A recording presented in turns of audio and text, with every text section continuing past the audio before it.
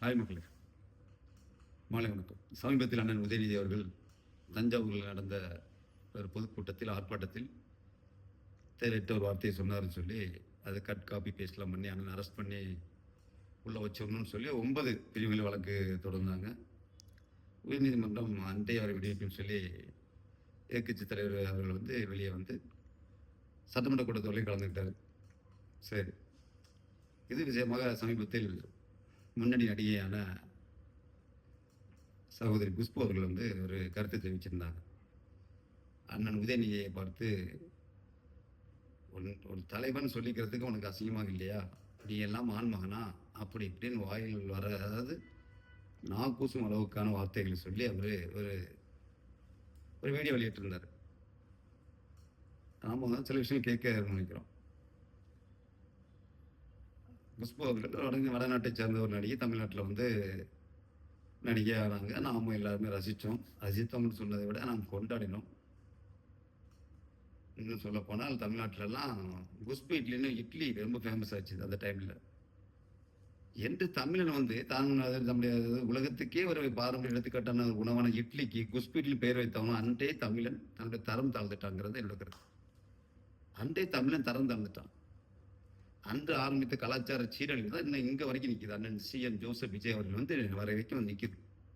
தமிழகத்தின் மாண்பு தலை குனிந்து நிற்குது. அக்கா குஷ்பு அவர்கள் பார்த்தீங்கன்னா ஆரம்ப காலத்தில் முத்துவேல் கருணாநிதி அவர்களின் காலில் விழுந்து ஆசைப்பட்டு திமுக திராவிட முன்னேற்ற கழகத்தில் இருந்தார். கொஞ்ச நாள் பயணித்தார். அதுக்கு பின்பு திராவிட கழகத்தின் தொண்டர்களாலே அடித்து வெட்டப்பட்டார். ஒரு நாள் மதுரை ஒரு ஹோட்டலில் தலைவரி மூலமாக விடிய காலம் வெளியே நிற்கிற அந்த ஃபோட்டோலாம் பார்த்தோம். பிற பிரச்சனைகள் உட்பட்டு விரட்டி அடிக்கப்பட்டார் வைங்களேன். வெளியே போனவர் அப்புறம் காங்கிரஸில் இணைந்தார். ஐயா EVK இளங்கோவன் அவர்கள் இருக்கும்போது இணைந்து அவர்களோடலாம் தொடர்ந்து பயணித்தார். அங்கிருந்து துள்ளி குதித்து இப்படி அவர் தாவாத கட்சிகளே இல்லை. கடைசியில் பாரதிய ஜனதா கட்சியில் போய் என்ன இருக்கிறார். அவர் கட்சியில் இருக்கிறாருங்கிறதே தேடி பிடிக்கிறார். குஷ்பு ஒருத்தவங்க கட்சியில் இருக்காங்களும் தெரியாது, அட்ரஸ் இல்லாமல் அடையாளம் தெரியாமல் இருக்கிறார். இப்படி அரசியலை நம்பி அரசியலை அண்டி பிழைக்கின்ற உங்களுக்கெல்லாம் இவ்வளோ வாய் தேவையில்லைங்கிறது என்னுடைய தனிப்பட்ட கருத்து. சமீபத்தில் பார்த்தீங்கன்னா இவருடைய கணவர் அவந்திகா ப்ரொடக்ஷன்ஸ் அப்படின்னு ஒரு கம்பெனி வச்சு பணம் எடுத்துட்டு இருக்காங்க. அதுக்கு ஃபினான்சியர் யாருன்னா புதிய தமிழகம் கட்சியின் தலைவர் AC சண்முகம் ஐயா அவர்கள். அவர் ADMK கூட்டணியில் இருக்கும்போது அவருக்கு ஒரே ஒரு தொகுதி வழங்கப்படுது, மதுரை மத்திய தொகுதி. அவருக்கு நல்லாவே தெரியும் இந்த எலெக்ஷனில் நின்று அவர் ஜெயிக்க முடியாதுன்னு அவருக்கு நல்லாவே தெரியும். அதன் காரணமாக என்ன பண்ணாருன்னா, ஏதாவது ஒரு காமெடி பீஸை தூக்கி தந்த இடத்தை வீணாக்க வேண்டாமே உடனே சொல்லும்போது அவருக்கு தேர்ந்தெடுத்த காமெடியன் தான் குஷ்பு அவர்களின் கணவர் சுந்தர்சி மதுரை மத்திய தொகுதியில் போட்டியிடுறார். அப்போ அவர் பேசின பேச்சுக்கள் எல்லாம் பார்த்தீங்களா, நான் இந்த எலெக்ஷனில் நிற்கிறேன், தோத்தாலும் ஜெயித்தாலும் இனி என்னுடைய ஊர் மதுரை தான், மதுரையில் சொந்தமாக வீடு வாங்கிட்டேன், என்னென்ன போய் புரட்டு. நீங்கள் இந்த வீடியோ வெளியிட்டீங்களா, மதுரையில் நீங்கள் சொந்தமாக வாங்கின வீட்டில் இருந்தால் வீடியோ வெளியிட்டீங்க. உங்கள் கணவர் எங்கே இருக்கிறாரு, அவர் அடுத்த 5 படத்தில் பிஸியாக இருக்கிறார். இப்படி பணத்துக்காகவும் அரசியல் லாபத்துக்காகவும் அரசியலை அண்டி பிழைக்கின்ற உங்களுக்கெல்லாம் அண்ணன் உதயநிதியை பாரம்பரியமான குடும்பத்தில் வந்தவர், கழகத்தின் பாரம்பரியத்தில் வந்த எங்கள் தலைவர் அண்ணன் உதயநிதி ஸ்டாலின் விமர்சனம் பண்ணுவதற்கு நீங்களாம் தகுதி இல்லாதவர்கள். பொதுமக்கள் யாராவது வேற யார் வேணாலும் பண்ணலாம். உங்களை போன்ற அதாவது பணத்துக்காக என்ன வேணாலும் செய்கிற, பணத்துக்காகவும் அரசியல் லாபத்துக்காகவும் அரசியல் கட்சிகளை அண்டி பிழைக்கின்ற உங்களுக்கெல்லாம் தகுதியே கிடையாது என்பது என்னுடைய தனிப்பட்ட கருத்து.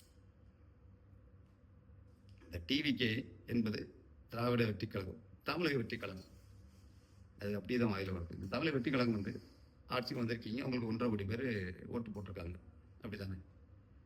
நான் என்ன கேட்கறேன்னா, விடுதலை போராட்ட வீரர், விடுதலை போராட்ட வீராங்கனை, மொழிப்போர் தியாகி, உப்பு சத்தியாகிரகத்திலாம் கலந்து கொண்டவர், ஜல்லிக்கட்டு போராட்டத்தில் கலந்து கொண்டு அந்த பல நாட்கள் நீடித்த அந்த போராட்டத்தில் மெரினாவிலேயே அமர்ந்து அந்த போராட்டக்காரர்களுக்கு ஆதரவு கொடுத்தவர், நீட் எதிர்ப்பு போராட்டத்தில் மாணவர்களுக்கு உறுதுணையாக இருந்தவர்.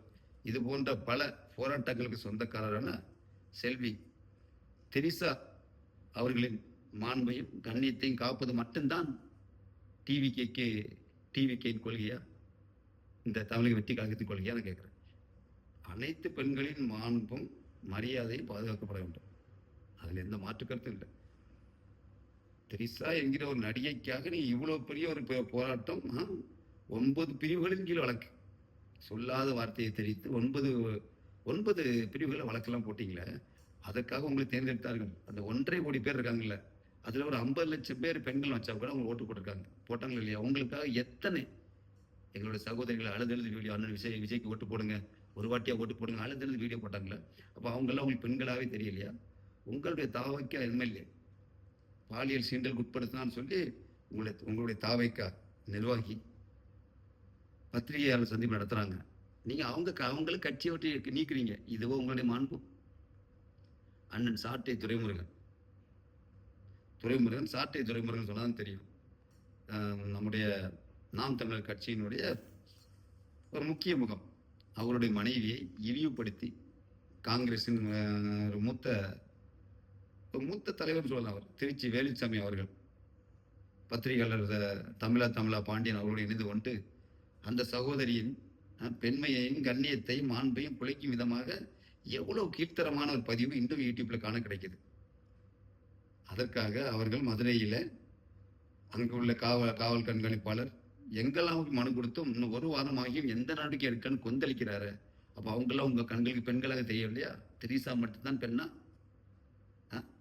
திரிசா என்ன பெரிய விடுதலை போரில் விடுதலை நாட்டுக்காக தியாகம் செய்தவரா? அந்த குடும்பத்தை சேர்ந்தவரா? எல்லோரையும் போல ஒரு எல்லாரையும் போல அவரு பெண் தானே. அவர்களுக்காக இந்த அளவு பொங்குகிற சோசப் விஜய் உங்களுக்கு மற்றவங்க யாருக்கும் கண்ணுக்கு தெரியலையா? வேற யாருமே பெண்கள் இல்லையா? உங்க எம்எல்ஏ பண்ண அநியாயம். அவர் என்ன நடவடிக்கை எடுத்தீங்க? குற்றம் சொல்றாங்க அந்த பெண்ணு, அந்த நிர்வாகி, அவங்க கட்சியை விட்டு நீக்கிறீங்க. இதுதான் நீதியா? இதற்காக ஓட்டு போட்டாங்க மக்கள் உங்களுக்கு? அண்ணன் கோசம் உங்களுக்காக கோசம் போட தெரிஞ்ச பிள்ளைங்க அதெல்லாம் பாவம். அதுக்காக நீங்க காட்டுற நீதி நேர்மை இதுதானா? இதுதான் உங்கள் லட்சணமா?